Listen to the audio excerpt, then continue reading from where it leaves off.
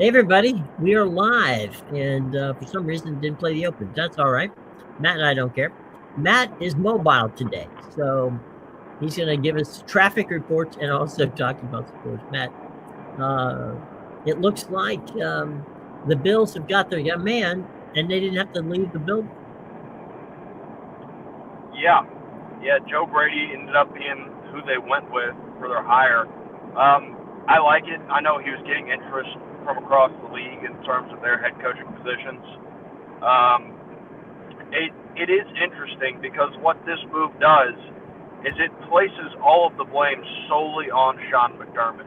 Like that is who their scapegoat has been in terms of the Bills' success or lack thereof in the playoffs over these past few years.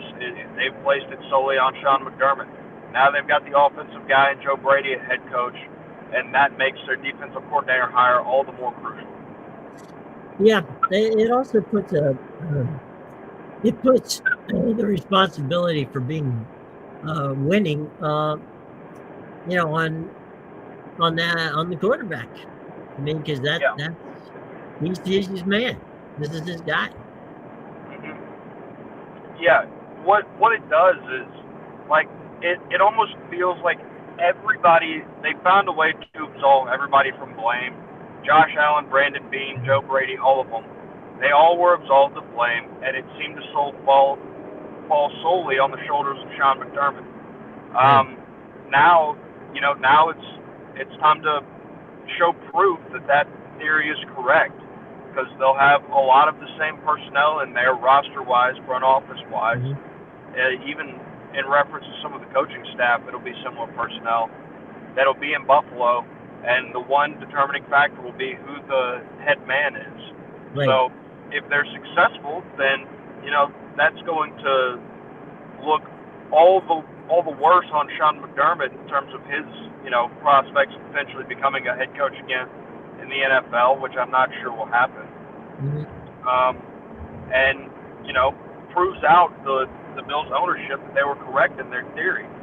Now there's also the other way where if they continue to get worse and fail to succeed, that these are wasted years here by the Buffalo Bills because their theory was incorrect.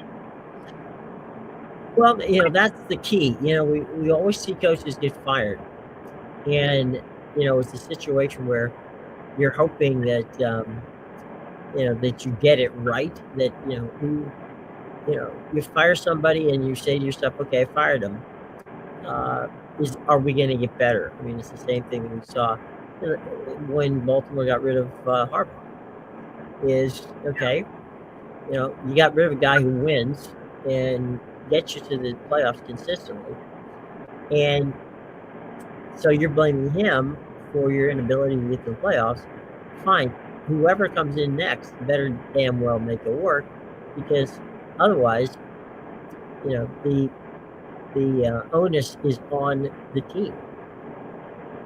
Yeah, and it's an interesting. I think the Bills are an interesting case to watch in the not only next season but the coming 2 3 years because this isn't something that happens. Like it doesn't really happen ever at any level of football where you're unsuccessful, you fire the head coach and hire from within.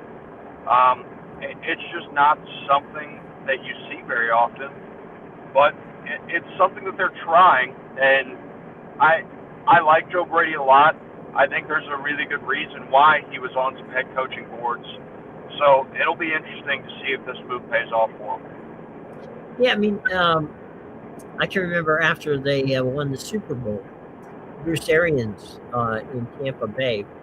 He wasn't fired, but there was clearly enough of a push that he accepted a different role with the team, and they moved Todd Bowles up.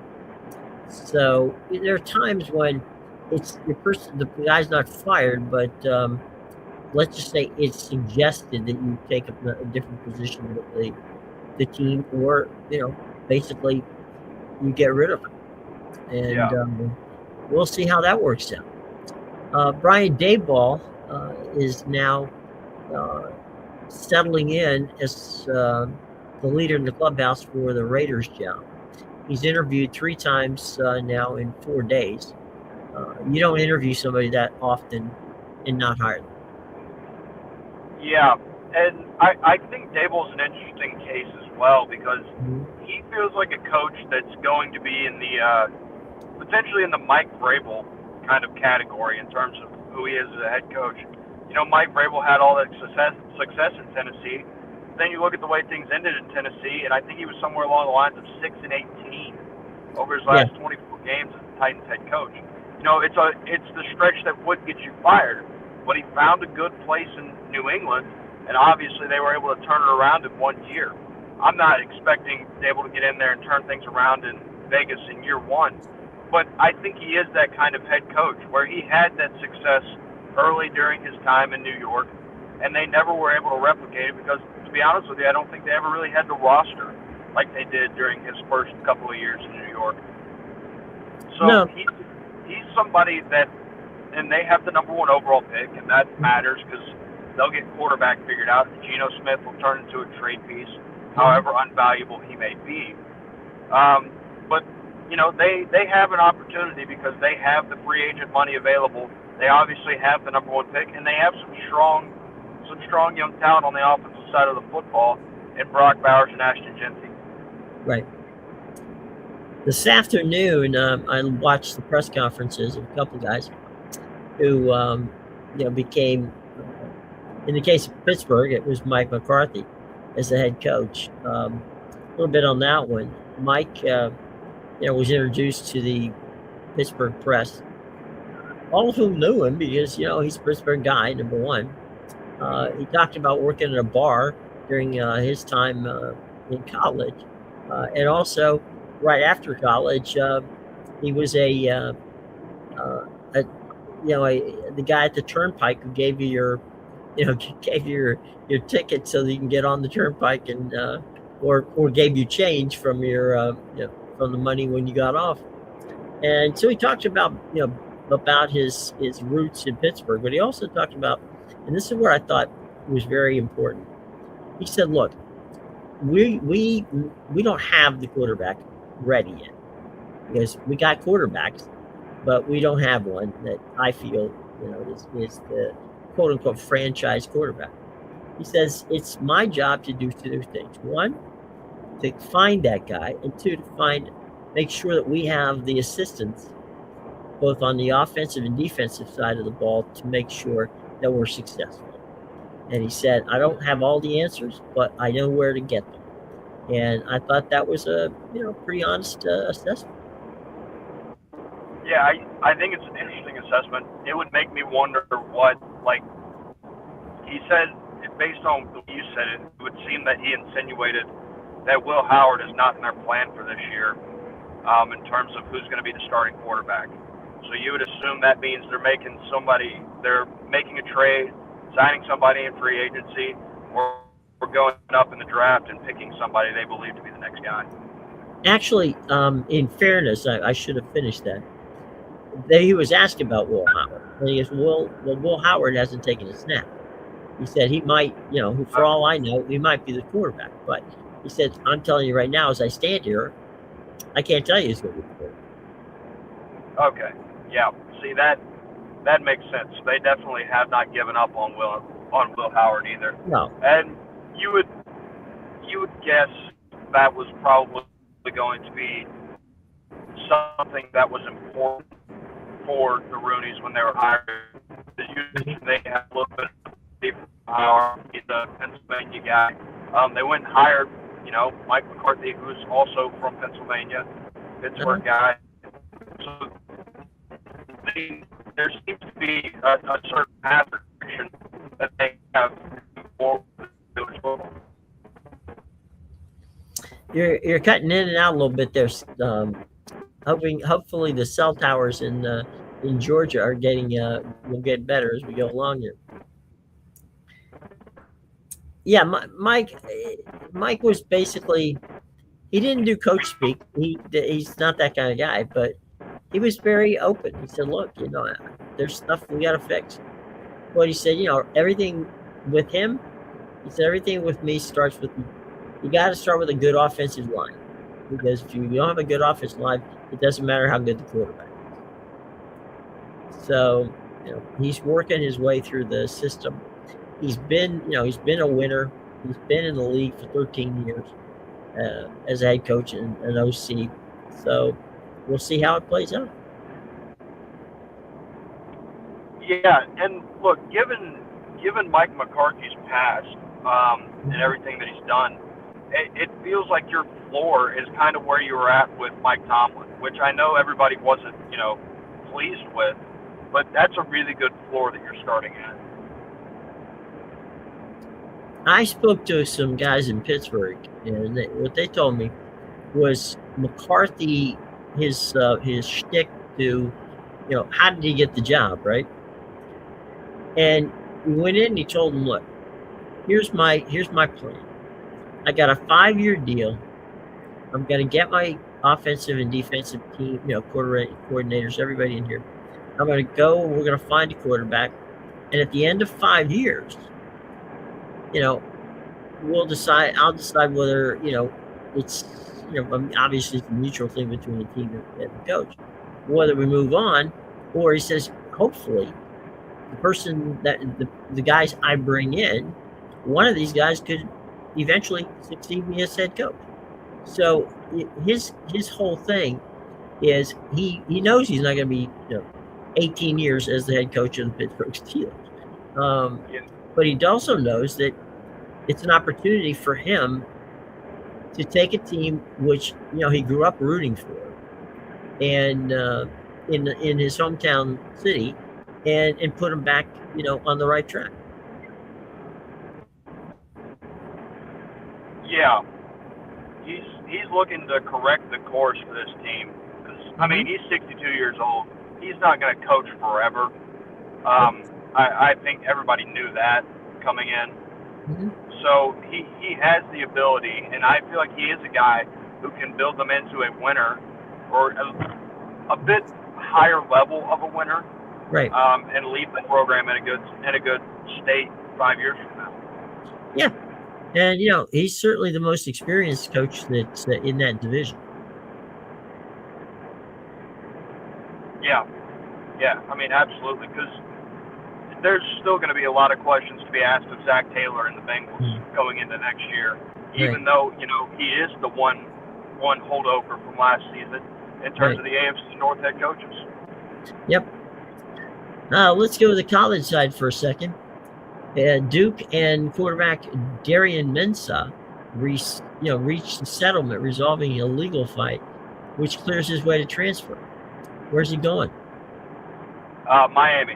That's a clear-cut destination. Everybody knew where he was going when he entered the portal, because that was Miami's big thing. That's been their big thing the last couple of years. Is they haven't recruited quarterbacks out of high school. They recruited quarterbacks out of college. Cam Ward came, he played for a year. Carson Beck came, he played for a year. Darian Mensah is going to be in the same boat. I think if everything goes the way that Miami and Darian Mensah hope that it will, the reported package for Mensah to go to Miami is nothing short of insane. Talking about a really nice condo. Supposedly it's on a country club. I don't know about that. A supposed deal with Adidas. $6.5 million, I believe, a scholarship for his sister. They rolled out the red carpet to get Darian Mensah to come play quarterback, and they kind of had to, because it was a desperation move after they'd missed on a lot of their other top targets in the transfer portal at quarterback. You could do a whole lot worse than Darian Mensah. Yeah, you absolutely could. He's the quarterback that won the ACC championship this past year. That's what people seem to forget. At Duke. Yeah. I mean, we're not talking about he won it at Clemson, or he won at Florida State, or he won it, at Miami. He won it at Duke. Yeah, and I mean, listen, there's a lot to be made about the way that Duke made it to the ACC title, this, that, and the other. But the matter of the fact is that they did make that game, and then they won that game when they did make it. So you can politic about whether or not they should have been there. I think everybody with a functioning brain knows that Duke probably shouldn't have been in that spot, but they were, and they they took advantage of it. And Darian Mensah's a really good quarterback, and obviously he's going to look a lot better with better pieces around him as well. Well, we know that, the whole deal with Miami is that their offensive and defensive lines. Yeah, That's and got that's to make them feel better. Yeah, and they built those. They've built both of those things through through high school recruiting. Like they've built it through high school recruiting, and they've supplemented with the transfer portal on both lines of scrimmage. That's been their model since Cristobal got there, and it's a model that's paying off for them now. I mean, to be honest with you, if they had a semblance of a defense last year, it would have paid off last year with Cam Ward at quarterback as well. Yeah, there's his statistics. He's 6'4" and a half. Okay, give him a half.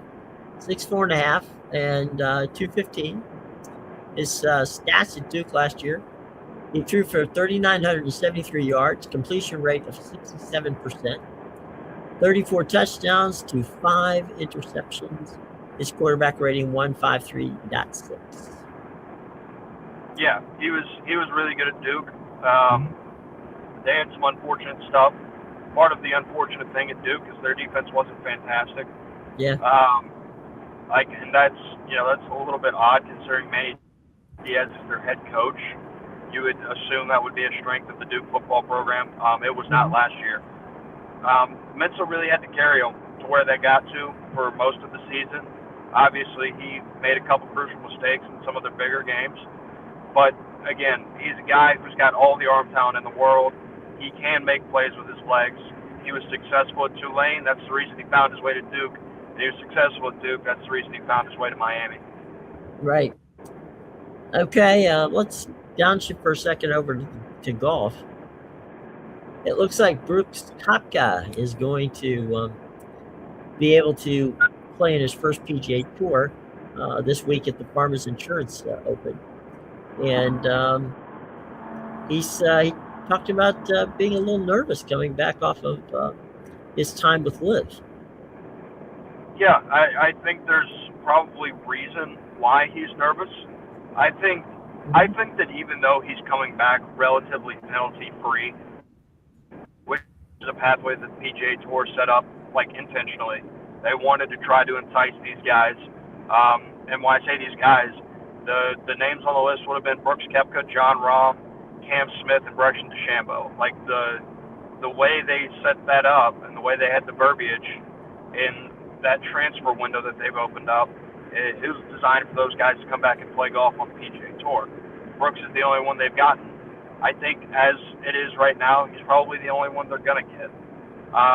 But it is interesting because I think it's a bit of a storyline. There's going to be people, especially there's a cult out there that just loves the Live Tour, and they have a cultish following of that tour for whatever reason it is. That point to it go, see, the PGA needs these stars back. I think the reason that they're getting the coverage and the recognition that they're getting this week is because of the storyline of itself. Brooks Koepka is the first guy to go to Live and return to the tour. I think there's going to be eyes on the dynamic that it brings. Brooks, one of the reasons when he sat down with the people at the PGA and talked with them about it was that Brooks was saying that, look, he's had some family issues, and not to get too personal, but Brooks's wife in October announced that she had lost a baby, which is tragic. And the Live Tour is not really a tour where you can wander. I mean, they play all over the world. Yeah, it's international. So it's a little, if you want to be like Brooks Koepka and play certain PGA events, then that's a lot easier to do it. Live, you have to play almost every event, and especially from his standpoint. So I believe that they felt, okay, he's a guy who sits down. He's being straight with us. He's got, he's a family guy. We like him. Let's get him back. And so, yeah, I agree with you. The stars aligned, however poorly from from whatever happened standpoint. Nobody wants tragedy like that to bring somebody back, but it looks like that was the main reason to get him back in the fold. Yeah, yeah. They had cited the family issues. Said he wanted to be able to spend some more time, Right. be a little closer to his family because it is Live Tour is international. They play events in Dubai. They play events in, I believe, Tokyo in Australia. Like these are, Yep. this is a worldwide tour. Live is, and so Right. when the money is good, obviously, Right. for Brooks on Live, but when you can make money comparable with your performance, like Brooks Koepka has had the ability to do, then this move makes a lot more sense in terms of being closer with your family and being more accessible to them. Well, and also, the way that the live contracts are structured, he was able to uh, go ahead and he's already banked about, well, what is it, about 250, $300 million. Yeah, So his contract, his re-up contract was next year. So he basically just opted out of the contract, saying you don't have to pay me the extra 30 or $40 million, given the fact he's already banked $250 million. yeah, yeah, absolutely. I mean, again, at Talking a about certain playing with point, house money, that's definitely playing with house money. yeah, absolutely. And again, he's like the way that he was able to come back to the PGA Tour. They didn't do it with any like playing penalties. They just basically ensured that Yeah. if Brooks Koepka wanted to play in a non-signature event, that he could play in it. Hmm. And he's not going to take a field spot. It'll make it into an expanded field, Right. technically. Really open up more opportunities for guys to play on the tour, Hmm. technically. In that if he plays well enough, then he'll play his way into the signature events, and he'll play his way into the majors as well. Uh, somewhat. Talk about the silly question category. Scotty Scheffler was being interviewed yesterday, and a reporter asked him, "Does winning ever get old for you?" Scheffler goes, "No, but neither does the time it requires to be good enough to win." Yeah, So that was I thought, pretty astute answer to a stupid question. yeah. I mean, look, Scotty Scheffler has been on the record talking about what golf means to him, what the tournaments mean to him, and he's been very blunt and honest about how this isn't everything for him. But Right. that may be where that question was born out of, is some of his past comments regarding kind of being where your feet are and being thankful for what he has off the golf course, and that's who he really is as a person. But Hmm. overall, that's an insane question to ask. Obviously, being the best player in the world and winning golf tournament after golf tournament, that doesn't get old. Like, how could it ever? Yeah, I mean, that I'm sure you could have asked Tiger Woods the same question, and I'm sure he would have given you, if he would have answered you, he would have given you pretty much the same answer. That this just doesn't happen. You just don't, you don't just pick up the clubs, walk out there to the first tee, and begin to be the best golfer on the planet. Yeah, no, there's so much. They actually talked about it on the broadcast some this past week while he's playing in the Amex, and they talked about what he was doing in what is technically golf's off season. Now, granted, golf's Right. off season is 2-3 months, if that, Right. um, really without golf. But what the off season is, and they talked about how he kind of changed the way he goes about things in the off season. He's not trying to change his swing and work on this little stuff. It's just trying to maintain the level that he's at now, because the level that he's at is so much better than the rest of the world. Hmm. And, well, you can't fault success, right? Yeah, yeah. He's Now you not. had He's said, not. go ahead. I was just gonna say he's not. a lot of people when they reach the top, there's still this drive to get better and get better, and that's great. But at a certain point, you got to understand when you're at the top of something, of maintaining is better than changing and Yeah. hopefully improving, especially when it comes to golf. Because with golf, there's so many little aspects that you try to fix or improve upon that can sometimes mess up other aspects of your swing. There's so many little technical things that need to go right in a golf swing in order to give you the results that these pro players get week in, week out. I was once doing an interview with I was going to say John Schultz, John Smoltz, which I did do, but that wasn't the person I asked the question of, Max Scherzer. And I asked Max, during the off season, do you work on any other pitches? You've got 4 pitches you throw, and you try anything else? He goes, no, I just try to make sure that the 4 pitches I throw, I can still throw. Yeah, I mean when you have the careers like that, that's the goal. Like I think when you get into professional sports, that's where you're aiming to get to eventually in your professional career, Right. is to reach a level where you're maintaining, not trying to improve. Right. And you know what? Maintaining is more difficult sometimes than it is to find that 4th pitch or to get that next year. Yeah, I mean it's the sustained success of like when you go back to Nick Saban at Alabama. Obviously, getting to the mountaintop that was impressive, but the fact that he was able to maintain the success that he found early on Right. was what made it so impressive. That's what had people clamoring that Kirby Smart was the best coach in the sport for a while. It's because he made it to a national title, and then the year after that, he made it back to one, and he continued winning. That's what's going to make Curt Cignetti great at Indiana. It's not going to be the fact that he won the national title.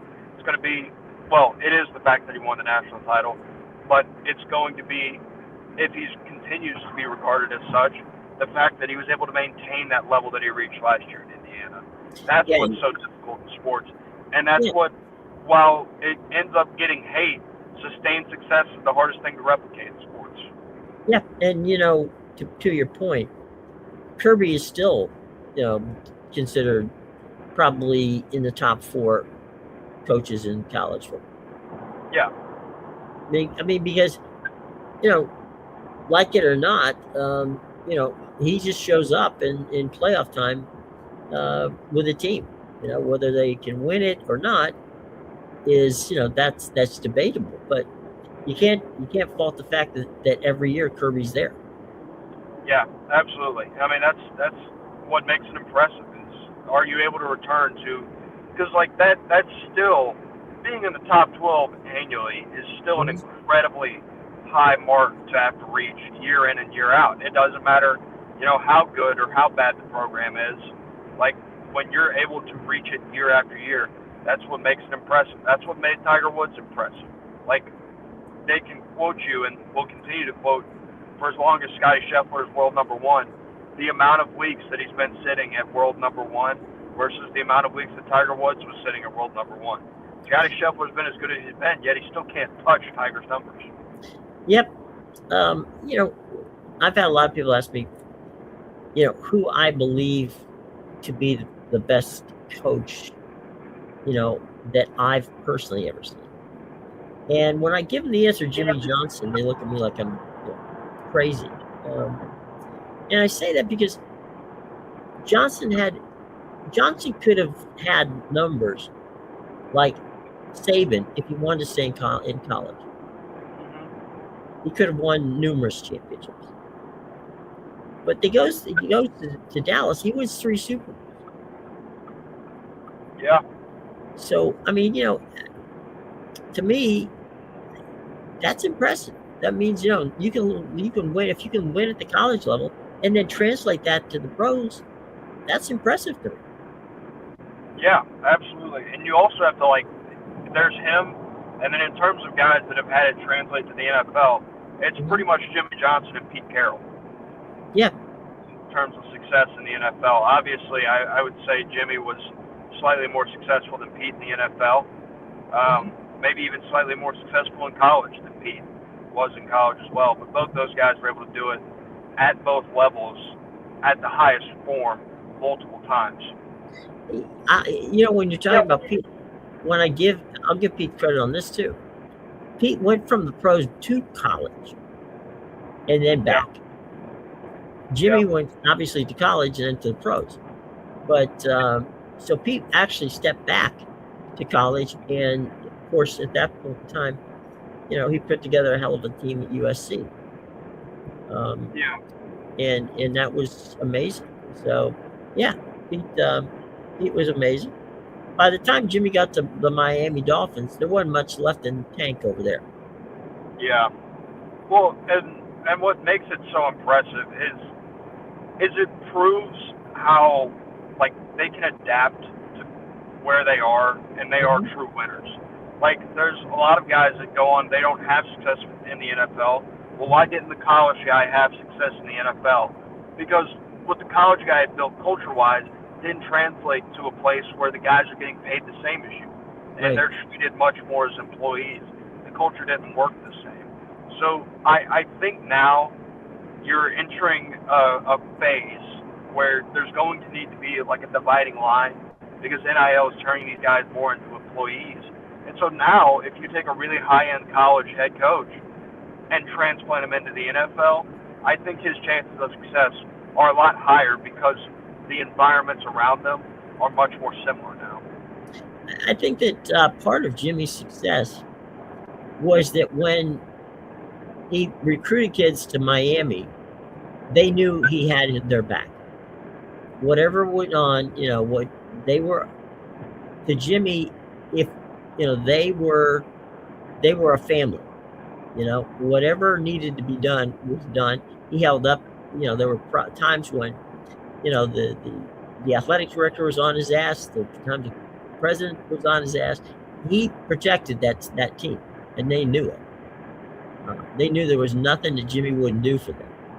He goes to the Dallas Cowboys, and let's be honest, Michael Irvin was there. I mean, there was a number of his players, and a number of players who played against him in college. They knew it. They knew what kind of guy he was. He was not, regardless of what Jerry Jones was talking about, they knew that Jimmy didn't give a damn. Jimmy was going to coach that team and make it better. Yeah, absolutely. And it's success that I'm just not sure is, it can't be measured up against what is to come, I believe, in football. Yeah. I mean, they're different. They're different eras. I mean, it's hard to think of the success of what Bowden had at Florida State for as many years as he had. Same with Joe, Paterno at Penn State. I mean, those kind of guys like Bear Bryant. That was a different era. We got a transfer portal here now, where at the end of the season you don't know who the hell's on the team. Yeah, you have to, not only do you have to recruit high school and recruit the transfer portal, but you have to recruit your own roster now, which is an operation that spreads you extremely thin in terms of how you're able to recruit. Yeah, it makes it difficult, and the last thing some of these people need is difficult. How about let's go back? We were talking golf before, and I missed an opportunity. You and I were talking a little earlier before we got on about ESPN and the deal they've got going on. So I know you wanted to talk about that. So let's shift back to golf for just a minute to bring up something that you're talking about with ESPN and PGA. Yeah, this has been the crux of that cult of LIV followers, talking about how impactful the LIV Tour is, and how impactful the guys they have on the tour. I'm not dismissing their point completely, but ESPN has picked up the coverage of the first 2 days of the Travelers Championship, and they will be airing it on their main channel. It's been over a decade since ESPN has carried golf coverage on their main channels in terms of a tournament's main broadcast. It's been over a decade since that's happened, which it's groundbreaking. But the reason they're doing it is they're following Brooks Koepka. And not only Brooks Koepka, but there's a lot of big names in this field of what is a non-signature event in the Farmers Insurance Open. out there on Torrey Pines. Yeah, it's you know, that's a that's a that's a public golf course, Yeah, and it's a golf course which is a lot of fun to watch because it's the conditions. It's North San Diego basically, and the conditions are usually this time of year very good, except for the wind, and that usually is the thing that the factor that is difficult. But that, those guys have played that course so many times. I think that I don't think they were concerned about that. I think they know what they've got getting themselves into. yeah, yeah, absolutely. And I think it's big for the sport of golf because in a world where the PGA Tour themselves, for as much as they try, they Hmm. still struggle to market their tour to a very effective measure. But something like this from ESPN is coverage, quite frankly, that they need. Like this is something in terms of their broadcast and their scheduling that's very big because ESPN is a channel that appeals more to that younger audience that they're trying to reach. They, CBS is, has been a great partner for golf, and so has NBC and Paramount and all these other networks that they're partnered with, and they do a good job in their coverage. I'm not knocking their golf coverage at all. I think they do a fantastic job of covering the sport. But the matter of fact is that ESPN just reaches a different demographic, and I think having it on Thursday and Friday is something that could do good for the PGA Tour in terms of the getting new viewers, like getting new eyeballs on the sport of golf. It's interesting. Paramount Plus has you know, carries the regular CBS feed, right? Yeah, And if you look at the stream, streaming on Paramount Plus, the numbers are good, but the numbers are much lower from a standpoint of age. So you're getting a younger crowd that's watching it on Paramount Plus or on Peacock when NBC has it on the weekends. So to prove your point, yes, the streaming world, you're seeing that golf has a following. It's just not on CBS and NBC to the extent that I'm sure that they would love it to be. yeah, yeah, exactly. So, and how do they do it? Because they keep trying to find ways. And from honestly, what I'm listening to some people say is I think there's sometimes just a reluctance from some of the old elder statesmen in the room when it comes to the PGA Tour in the way they view their sport. Like they still view their sport in a very old-fashioned way. And I'm not saying that it's a bad way. I'm not saying that it's the wrong way to view their sport. But the way they view their sport right now and the way they approach their marketing scheme is it's still designed for that older, more, we want to wear pants for every round of our golf and it needs to be quiet versus honestly what's grown the sport, whether you like it or not, can be up for debate. But the matter of the fact is that the growing demographic in the sport is the people that want to wear the big block letters and the upside down letters on their hats. And they want to wear shorts and they want to drink and they want to listen to music on the golf course.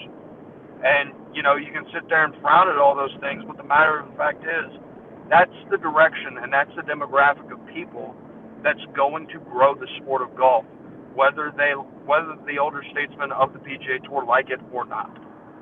Well, I mean, you gotta sit down sometimes and decide where the demographics are. Doesn't mean you have to throw out tradition. It just means you have to understand how to move with the times. Yep. The NBA did it, and it was successful for them. Baseball's trying, and it's working pretty well for them. The NFL are finding out that Thursday Night Football on Prime, they're actually getting a younger demographic, and they're also getting longer watch times. So Yeah. they're actually getting earlier engagement, which means the pregame show. People are actually watching it, and people are actually watching the postgame show. So they're proving that one of the things that streaming is proving is that a younger audience is willing to watch. Where when CBS and NBC are doing it, they have the network to take care of, which means that you're going to have issues with regard to timing. You got to get out if you're on Sunday, you have to get out of there because you've got 60 minutes coming up. Yeah. Yeah, and there's Saturday, it's the local news. So you're on a clock that doesn't allow you to do much of much creativity when it comes to the sport. yeah, and I mean there's also something where when you have it on Amazon Prime, like it's more beneficial. I know not everybody is the financial entity that Amazon is, but like when you think about Amazon Prime and the way they do it and what the luxury they get from their streaming service carrying the game is they market their own products, they market their own website, they market their own services, and that's just not something that like is capable of doing on these major networks. Like CBS, yeah, they market their own stuff, but they're not able to just market their own stuff. They need that outside advertising money that Amazon doesn't. And the fact that Amazon's able to, they market their own stuff. They have autonomy in production. Like they are the judge, jury, and defendant in this entire case for what they produce. And it just is able to give you a higher quality product that reaches a different demographic based on the platform that's provided on that these networks can't provide. Yeah, I mean they are willing to write a check for the coverage of Thursday Night Football at the extent that you would write the same check to cover an NFL playoff game. So their production is flawless in the fact that they spend way more money on producing a single game than does most of the networks. The other thing that's important to note on that is that it's less than 4% of their total programming budget. So there's so much more money that they have because, as you said before, this is not their core business. Their core business is selling, everything from, AWS, services to selling you and me a pair of socks or any other number of things you can get on Amazon. Yeah, exactly. And it just allows them to create a better product. But with the coverage that ESPN's giving the golf tournament this weekend is, maybe golf opens themselves up to looking more into the streaming services. I know they're on it already, but they're on ESPN Plus. Like the ESPN Plus doesn't do a good job of showcasing the coverage. Right. Part of golf's problem as well is the fact that it's on multiple different channels. Like I don't want to have to start watching it on my streaming service and have to finish on the main broadcast feed on CBS. Like that's not an enjoyable way to have to watch the tournaments. And that's honestly their next big issue, I think. Well, I think too that NBC spun off a bunch of their networks. So the Golf Channel's up for sale. Yeah. And there's conversations going on that I know of that they're talking about, the battle. There's going to be a battle between Apple and Amazon to get that Golf Channel because they feel they can do a hell of a lot with the Golf Channel. Yeah. And I believe if they do, that will be a huge, huge thing. Because remember, the Golf Channel on either of those platforms becomes a worldwide entity. Yep. Yeah. And that really gives them the strength. And what it does is it gives them the strength to go up against CBS and NBC when the bidding comes for the next rights fees for golf.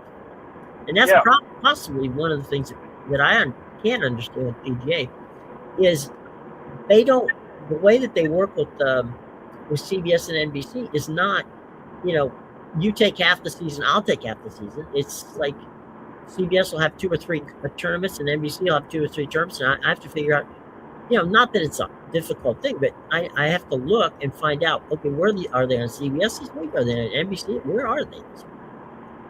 Yeah. There's no continuity in golf coverage. Like, yeah, the final round's going to be on one of two places, but you don't know which of the two it is. And yeah, you can probably watch the whole thing if you want to, but you also have to watch the whole thing on a couple of different places as well, because there's not one continuous main broadcast that they do it on. Right. But in terms of the PGA Tour's long-term success, if they sign something with Apple or with Amazon in terms of the Golf Channel and that coverage, that's probably going to be the biggest thing to happen to the PGA Tour since Tiger Woods was Tiger. Like, that's Right. in fact, it'll do more than that if they were to make that happen. And honestly, I think it's something that the PGA Tour is going to need, because there's been mention made about how Live Golf's backup plan, if this merger falls through, which as time passes, it seems to be more and more that Live Golf and the PGA Tour are not on a course to find some form of resolution to the conflict they have going on. It's money that they're going to need, and it's exposure that they're going to need. Because supposedly the Live Tour's plan, when that fails, is to double down and just pour more money into Live Golf. And while we can say that, certain people, they have their morals, and we'd like to hope that they choose the PGA Tour, and there's also something true that every man has a price. And Sure. if Live doubles down and pours more money into it and goes all in on pushing this brand of golf that they're doing, and they're going around and they're changing their format, they're changing to 72 holes. So eventually the hope is that they can get world golf ranking points as well and be recognized as an official tour. That's stuff that provides a legitimate threat to the PGA Tours. Yeah, I don't think there's any question about it. And I think that right now, we're going to have to see how they play it out. And it's going to be a very interesting way to see what goes on from that standpoint. Yeah. Because Yeah.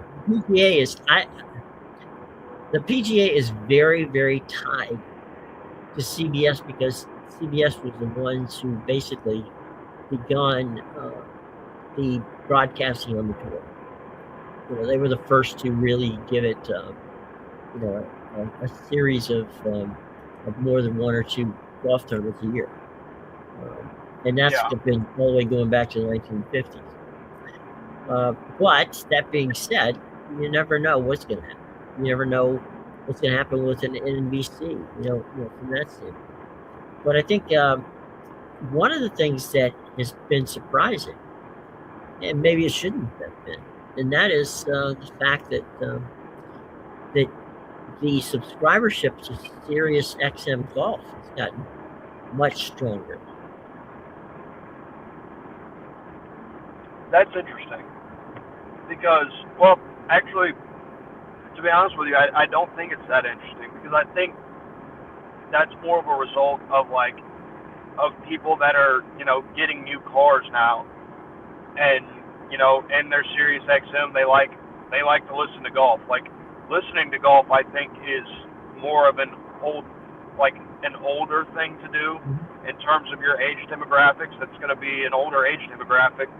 So again, while it may be a plus that your numbers are up, it's nice that your numbers are up, but you know that you're not reaching a new demographic by any measure. This seems more trickle down from the introduction of technology everywhere and more wide access to Sirius XM radio than anything. Well, I will say this: I've talked to the PR people there, and they've given me the demographics, and the demographics are really good for the younger audience. And here's the reason that they say you can take and put your earbuds in, listen to it as you're playing golf. Yeah. Because it's on your phone. They've got the app, so they're seeing that their numbers are trending younger. It's not trending younger in the car, right? I mean, the car's the car. Yeah. But whenever you're talking about the app is much younger demographic, and and much of it is guys who want to play golf, but still want to know what's going on in the golf, on the turf. Yeah, no, and look, the Sirius XM stuff. To be honest with you, I hadn't even considered the app. That was not the way I was thinking about it. So Mm-hmm. that does help in terms of that younger demographic. And yeah, that when you give the context of those numbers, it does make me a little more hopeful. But on the base, I was just considering it as a more elder thing to do. No, and there's no question that it has been. Yeah, There's no denying that fact. But I think what they've found is, as Andrew Fitzpatrick, who was their PR guy, and I have had the conversation, he says, look, when do young guys get to go out and play golf? It's on the weekends. yeah, So do you want to sit at home and watch a golf tournament, or would you rather listen to it as you're playing golf and then go into the clubhouse after you finish, your 18 holes, sit down and have a beverage and watch the end of the tournament? yeah, and that just made me think of something that it's not something that they can control or anything like that. But Right. golf in and of itself is its own biggest competitor. Like Mhm. when golf tournaments are played, or when people are most likely to be out playing golf. Right. So the activity of actually playing the sport competes with the sport itself that's being played on TV. Well, if you go to, any golf course on a Saturday and Sunday, what's on top in the bar? You Yep, know, it's the golf tournament.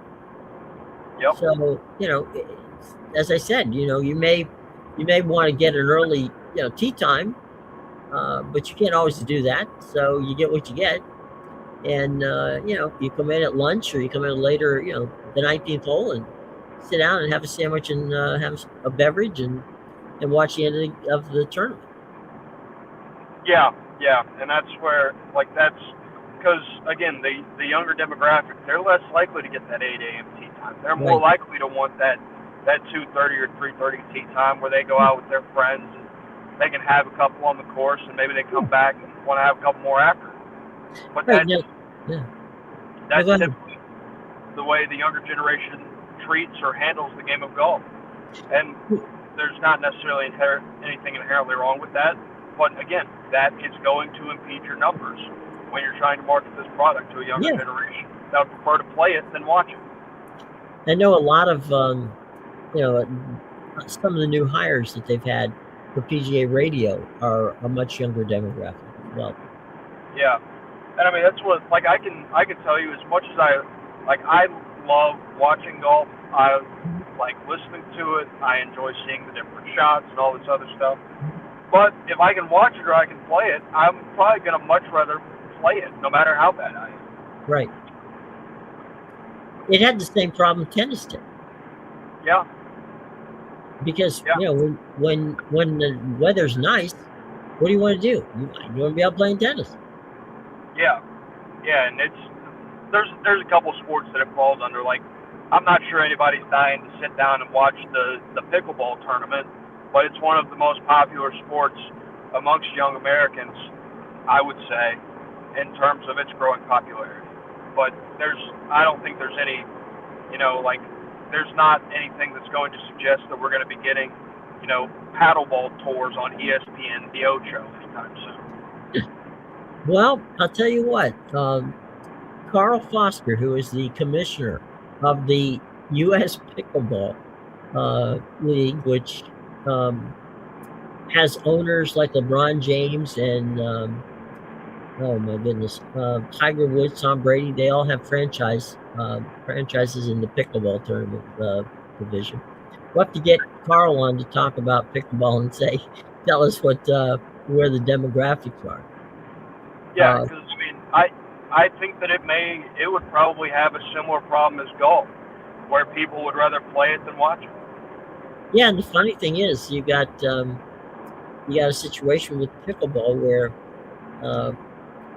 when LeBron James bought that house in Los Angeles, had a beautiful had a beautiful tennis court, and he went in and had people come in and repaint the court for pickleball. He's got two Yeah, pickleball courts now, where he had one tennis court. yeah, yeah. It's growing in popularity, but that popularity seems to be exclusively in person. Yeah, I mean it's it's a participatory sport, no question. Yeah, Well, I'm yeah, gonna tell you what. We're gonna let you get out of here, so we let you drive. yeah. How are the roads and the weather down there? The weather's fine. There's still a little accumulation on the side of the roads from Hmm. this past weekend's storms, but nothing that the southern sun won't take care of in the next 24 to 48 hours. There you go. We're not going to see 30 until maybe the weekend. Oh yeah, we're gonna see 40s as soon as tomorrow.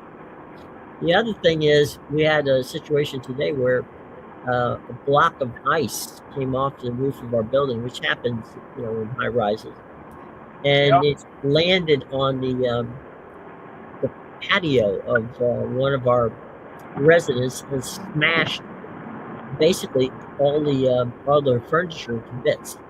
Um, had that thing fallen on a person, God knows what that would yeah, yeah. A lot of the unseen or not thought of consequences of having like do. such a heavy ice storm. I think that was the biggest misconception. Hmm. At least in the South, was like people thought, well, it's coming cold. Maybe it'll only rain. The snow's not coming. This was ice. Like what I got was solid ice. It looked like snow accumulation, but it was pure sleet accumulation, and it was solid ice. And so it was heavy, and it was hard, and it was slick. I would rather have 2 inches or I'd rather have 6 inches of snow than the 2 inches of ice. I'd rather have I'd rather have 6 inches of snow than probably half an inch of ice. Like Yeah, that's true. it causes problems. Like the exploding trees. That was a term that I learned thanks to this winter storm. I didn't know what that was, but apparently the sap inside of trees can freeze and cause the trees to expand and ultimately explode under the pressure of themselves. Well, with that weather report, I will let you get on and drive safely, and we'll be back here tomorrow, same time, everybody. Take care.